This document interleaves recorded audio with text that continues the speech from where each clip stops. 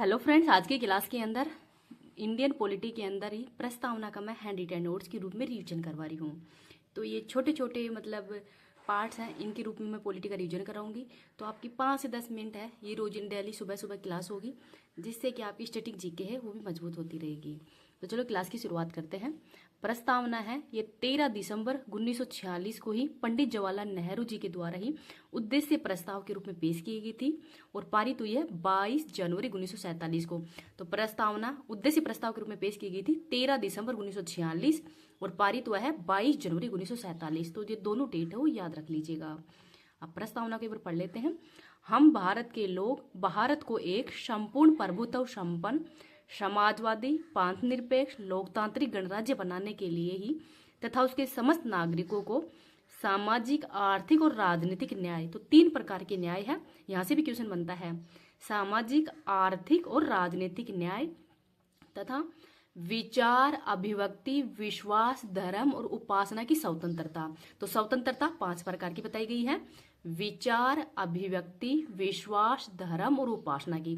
तो इन सबको क्रम से याद रखना, विचार अभिव्यक्ति विश्वास धर्म और उपासना की स्वतंत्रता तथा प्रतिष्ठा और अवसर की क्षमता। तो क्षमता कितनी है, तो प्रतिष्ठा और अवसर की क्षमता को प्राप्त कराने के लिए ही तथा उन सब के अंदर व्यक्ति की गरिमा और राष्ट्र की एकता और अखंडता को सुनिश्चित करने वाली बंधुता बढ़ाने के लिए ही दृढ़ संकल्प होकर अपनी इस संविधान सभा के अंदर ही आज तारीख 26 नवंबर 1949 ईस्वी मिति मार्गशी शुक्ल सप्तमी संवत 2006 विक्रमी एदत द्वारा ही इस संविधान को अंगीकृत अधिनियमित और आत्मसमर्पित करते हैं।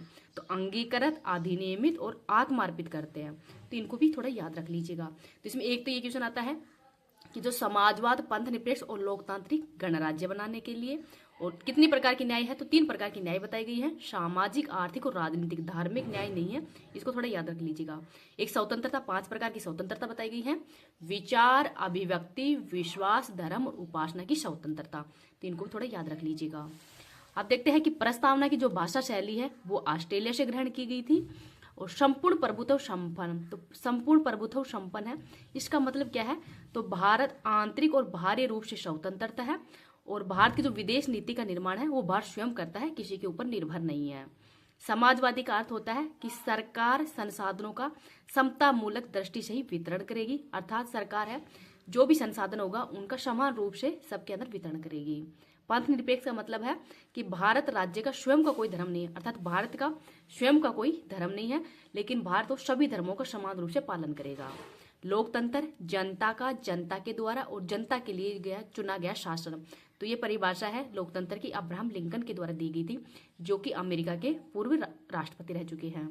गणतंत्र का मतलब है कि हमारे राष्ट्र अध्यक्ष कैसे होते हैं, तो निर्वाचित होते हैं, जनतंत्रात्मक नहीं है, गणतंत्रात्मक व्यवस्था है, इसको अपनाया गया है भारत के अंदर। नेक्स्ट देखते हैं, प्रस्ताव ने भारत शब्द कितनी बार यूज किया गया है, तो 2 बार। न्याय 3 प्रकार की है, स्वतंत्रता 5 प्रकार की है और क्षमता 2 प्रकार की है। तो इनको भी याद रख लीजिएगा। इस क्लास की पीडीएफ है वो मैं टेलीग्राम पे डाल दूंगी, टेलीग्राम का लिंक इस वीडियो के कमेंट सेक्शन के अंदर पिन कर दूंगी, तो वहां से आप इसकी पीडीएफ को प्राप्त कर सकते हैं। अगर आपको ये वीडियो पसंद आए तो प्लीज आप अगर आपको वीडियो पसंद आए तो प्लीज आप इसको ज्यादा से ज्यादा लाइक एंड शेयर कर देना। अभी तक चैनल को सब्सक्राइब नहीं किया तो प्लीज चैनल को सब्सक्राइब भी कर लीजिएगा।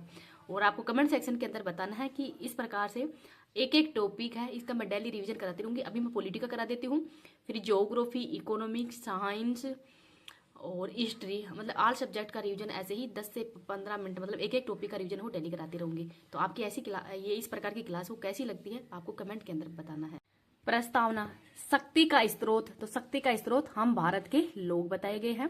भारत का स्वरूप कैसा है, तो संपूर्ण प्रभुत्व संपन्न समाजवादी पंथ निरपेक्ष लोकतांत्रिक और गणराज्य, ये भारत का स्वरूप है। भारत के नागरिक के अंदर कितने प्रकार की न्याय बताई गई है, तो 3 प्रकार की, सामाजिक आर्थिक और राजनीतिक। 5 प्रकार की स्वतंत्रता बताई गई है, विचार अभिव्यक्ति विश्वास धर्म और उपासना की।